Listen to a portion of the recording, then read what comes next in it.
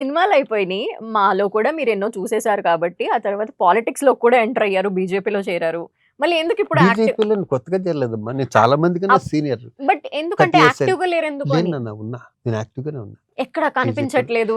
అంటే కనిపిస్తేనే యాక్టివ్‌గా ఉన్నట్ట. అంతే కదా సార్! ఇప్పుడు మనం మనల్ని మనం పబ్లిసిటీ సరే చేసుకుంటే అయితే మనం అందులో ఉన్నామని అర్థమవుద్ది. రేపు నుంచి చూడండి మీరు.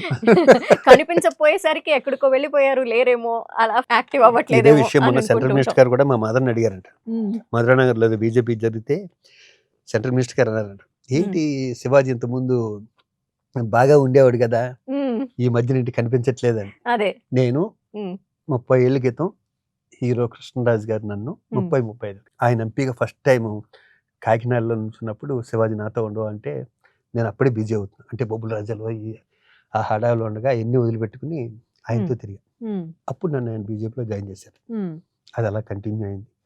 దాని తర్వాత జీవిత గారు వచ్చి శివాజీ బీజేపీ కదా ఒకసారి కిషన్ రెడ్డి గారు మీటింగ్ ఉంది వెళ్దామని మళ్ళీ నేను ప్రెసిడెంట్గా ఉండగా మళ్ళీ జీవిత నన్ను తీసుకెళ్ళి మెద్దరం అన్నా చెల్లెలు ఆవిడ తీసుకెళ్ళి మళ్ళీ ఇక్కడ జాయిన్ చేసింది. నేను ఆ రోజు ఒకటే అన్నా, ప్రపంచంలో ఎవడైనా ఒక పార్టీలో జాయిన్ ఇంకో పార్టీలోకి వెళ్తాడేమో కానీ నేను చనిపోయేంత వరకు బీజేపీలోనే ఉంటాను. నేను ఆర్ఎస్ఎస్ నుంచి వచ్చా. నాకు ఆ భావాలు ఇష్టం.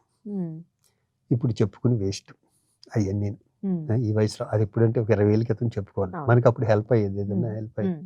ఎప్పటికీ నేను బీజేపీని మీరు అనొచ్చు మరి మొన్నటి ఎలక్షన్లో ఇక్కడని. ఇప్పటికే బీజేపీ క్యాండిడేట్ని ఇక్కడ పెట్టడం లేట్ అయింది. అది కాకపోయినా నా ప్రాణమిత్రుడు కొడుకు ఇక్కడ జూబ్లీస్లో నుంచున్నాడు. నాకు వాళ్ళకి ఉన్న ఎఫెక్షన్ వేరు, ఇక్కడ స్నేహం వేరు, పార్టీ వేరు. నేను ఆ విషయం కూడా ఇంట్లో స్నేహం అంటారా నాకు పర్సనల్, ఇది పర్సనల్ విషయం. పార్టీ అంటారా అది నా హార్ట్. సో రెండు వేరు వేరు. సరే అయితే సార్, అమృతం అసలు మా అందరికి ఎంత నవ్వులు పంచేదో మళ్ళీ రీస్టార్ట్ అయిందనేసరికి అదే ఉత్సాహం వచ్చేస్తోంది. అవునా? నాకు తెలీదమ్మా. రీస్టార్ట్ అయింది. అయ్యో అసలు నాకు తెలియదు. నేను చెప్పాను వాట్సాప్ హలో కట్, అంతకుమించి ఇంకేముంటుందంటే లైఫ్ లో ఇంకా రీస్టార్ట్ అంటే ఎలా మళ్ళీ వేస్తున్నారు అమృతాన్ని. మళ్ళీ వెయిట్ ఎందుకు? మళ్ళీ ఝాన్సీ గారు ఉన్నారు, నేనున్నాను. ఈ వయసులో మళ్ళీ చేసుకోవచ్చు అది. అవును.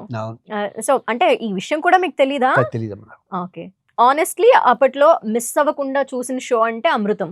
ఎప్పుడు వస్తుందా అని ఎదురు చూసాం. చిన్నపిల్లలుగా ఉండేవాళ్ళం అప్పట్లో మేము. సో మీకప్పుడు అమృతం చేస్తున్నప్పుడు ఎంత సరదాగా అనిపించేది? చూస్తున్న మేమైతే కడుపుబ్బా నవ్వుకునే వాళ్ళం.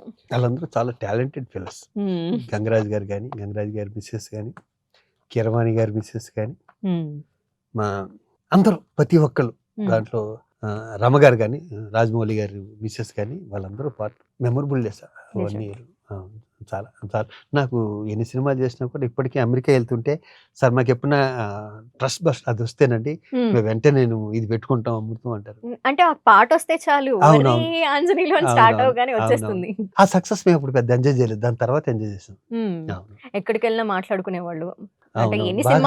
నాకు ఒక పెద్ద ప్రొడ్యూసర్ నాతో ఏమన్నా అంటే నేను ఇప్పుడు మూవీ అడ్మినిస్ట్రేషన్ వైస్ ప్రెసిడెంట్గా ఉండగా, శివాజీ సినిమా ఇండస్ట్రీకి సంబంధించినడు టీవీలు చేస్తున్నావు, ఇది 8:30 to 9 ఏదో టైం వస్తుంది, ఆ టైం ఏమో సెకండ్ షో పడుతుంది, సినిమా దెబ్బతింది, మొత్తం అందరూ టీవీ సండే ఏమో టీవీ కూర్చుంటున్నారు, నువ్వే చెప్పి ఏదైనా చేసి దాన్ని కొంచెం అటు ఇటు